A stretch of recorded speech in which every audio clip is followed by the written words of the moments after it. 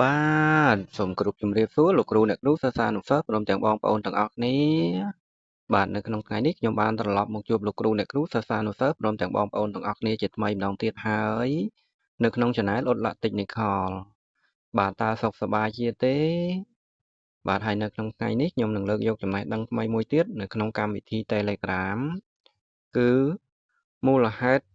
គណនី Telegram ត្រូវបានគេលួច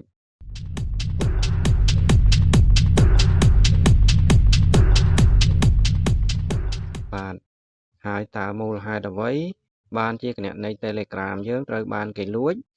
ដូច្នេះដើម្បីចូលទៅដល់ការបង្ហាញរបស់ខ្ញុំបាទខ្ញុំសូមលោកគ្រូអ្នកគ្រូសិស្សានុសិស្សព្រមទាំងបងប្អូនទាំងអស់គ្នាដែលបានចូលមកទស្សនាវីដេអូរបស់ខ្ញុំថ្មីសូមជួយចុច Like ចុច Subscribe ព្រមទាំងចុចបើករូបកណ្ដឹងដល់ Channel ខ្ញុំបាទដើម្បីខ្ញុំអាប់ឡូតវីដេអូថ្មីដែលជាវីដេអូផ្ដល់នូវចំណេះដឹងនៅថ្ងៃខាងមុខបានបង្ហាញចែកជូនដល់លោកគ្រូអ្នកគ្រូសិស្សានុសិស្សព្រមទាំងបងប្អូនទាំងអស់គ្នាបានឃើញមុនគេបាទហើយនៅពេលនេះខ្ញុំសូមចូលទៅក្នុងកម្មវិធី Telegram ដើម្បីធ្វើការបង្ហាញជូន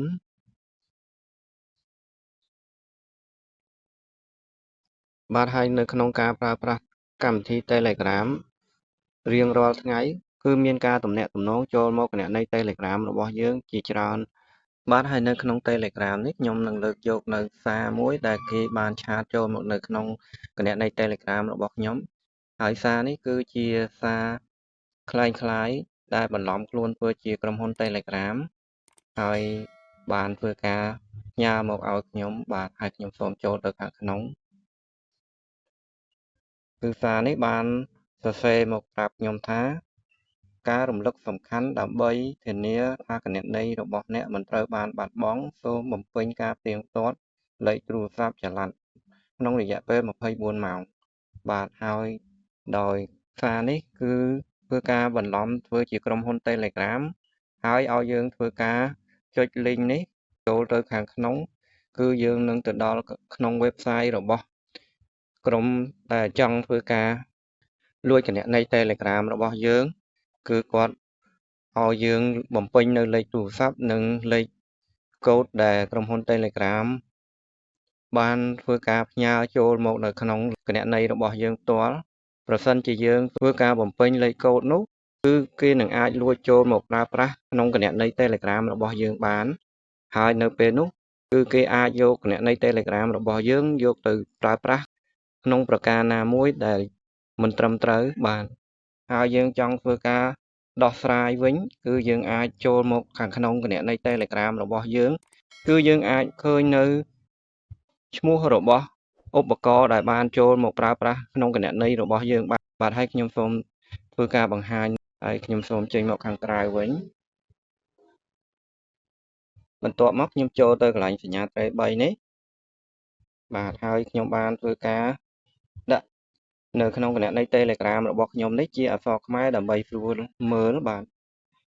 ទហើយបន្ទាប់មកខ្ញុំចូលទៅកន្លែងការកំណត់គឺកន្លែងរូបកងចក្រនេះបាទរួចហើយខ្ញុំសូមធ្វើការអុសឡើងទៅលើបន្តិចគឺនៅកន្លែងរូបមានកុំព្យូទ័រនិងរូបទូរស័ព្ទនេះបាទហើយសរសេរអក្សរខ្មែរយើងថាឧបករណ៍នេះគឺយើងចូលទៅខាងក្នុងបាទនៅកន្លែងពាក្យថាឧបករណ៍កំពុងប្រើប្រាស់នេះប្រសិនជាមានឧបករណ៍ប្រើប្រាស់លើសពី1ដែលខុសពីឧបករណ៍ដែលយើងកំពុងតែប្រើប្រាស់ពេលជាក់ស្ដែងនេះគឺបានន័យថាគេកំពុងតែលួចប្រើគណនី Telegram របស់យើងបាទហើយយើងអាចធ្វើការដកនៅឧបករណ៍ដែលបានប្រើប្រាស់នៅក្នុងគណនីនេះបានដែលខុសពីឧបករណ៍របស់យើងគឺយើងគ្រាន់តែចូលចុចទៅកន្លែងអក្សរនេះបាទហើយនេះដោយសារតែខ្ញុំមានឧបករណ៍តែមួយគឺឃើញអក្សរតែប៉ុណ្ណេះទេហើយប្រសិនជាគណនី Telegram របស់យើងនេះមានឧបករណ៍ផ្សេងទៀតគឺនឹងមានឡូតអក្សរនៅខាងក្រោមតែមានពណ៌ក្រហមអាចធ្វើការដកបានគឺពាក្យថា terminate បាទយើងអាចចុចពាក្យថា terminate នៅអក្សរពណ៌ក្រហមនោះបាទហើយខ្ញុំសូមចេញមកខាងក្រៅវិញបាទនេះគឺជាចំណុចដែលយើងចង់ដឹងថាមានឧបករណ៍ណាមួយចូលមកប្រើប្រាស់ ចូលមកលួចធ្វើការប្រើប្រាស់នៅក្នុងគណនី Telegram របស់យើងបា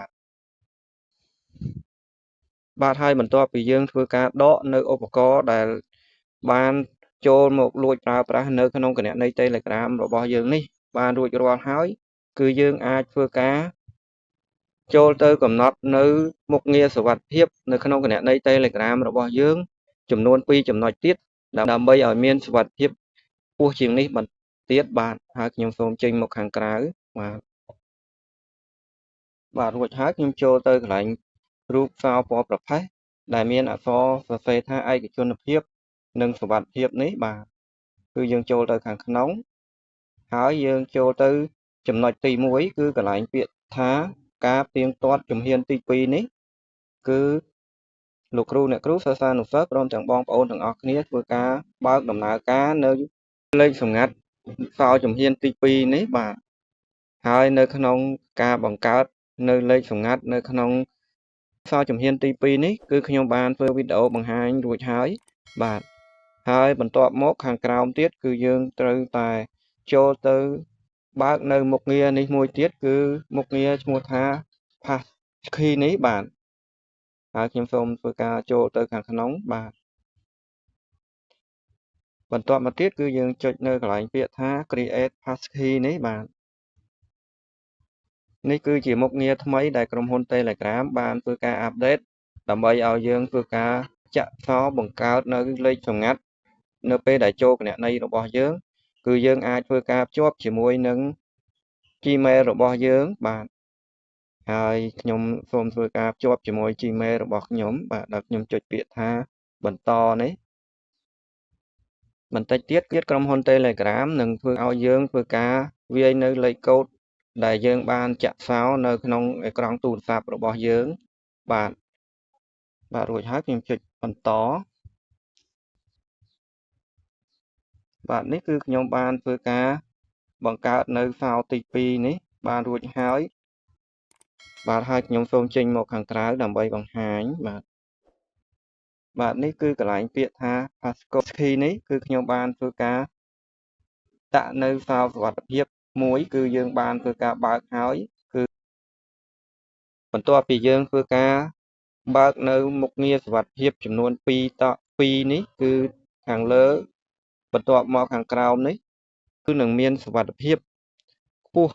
ដែលអាចឲ្យគណនីរបស់យើងមិនងាយនឹងមានក្រុមដែលចូលមកធ្វើការលួចគណនីរបស់យើងបានទេបាទហើយនេះគឺជាការបង្ហាញរបស់ខ្ញុំបាទអំពីមូលហេតុគណនី Telegram ត្រូវបានគេលួច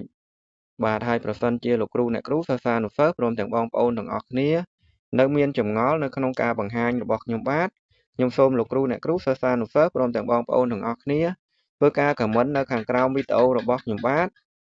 នឹងឆ្លើយជូនដល់បាទហើយនៅខាងក្រោមវីដេអូរបស់ខ្ញុំបាទនេះគឺមានវីដេអូជាច្រើនទៀតដែលជាវីដេអូផ្ដល់នៅចំណេះដឹងសម្រាប់បង្ហាញចែកជូនដល់លោកគ្រូអ្នកគ្រូសិស្សានុសិស្សព្រមទាំងបងប្អូនទាំងអស់គ្នាបន្ថែមទៀតបាទហើយនៅថ្ងៃខាងមុខខ្ញុំនឹងលើកយកវីដេអូថ្មីសម្រាប់បង្ហាញចែកជូនដល់បន្ថែមទៀតបាទហើយនៅពេលនេះការបង្ហាញរបស់ខ្ញុំបាទបានចូលមកដល់ទីបញ្ចប់បាទសូមអរគុណហើយនឹងសូមជម្រាបលា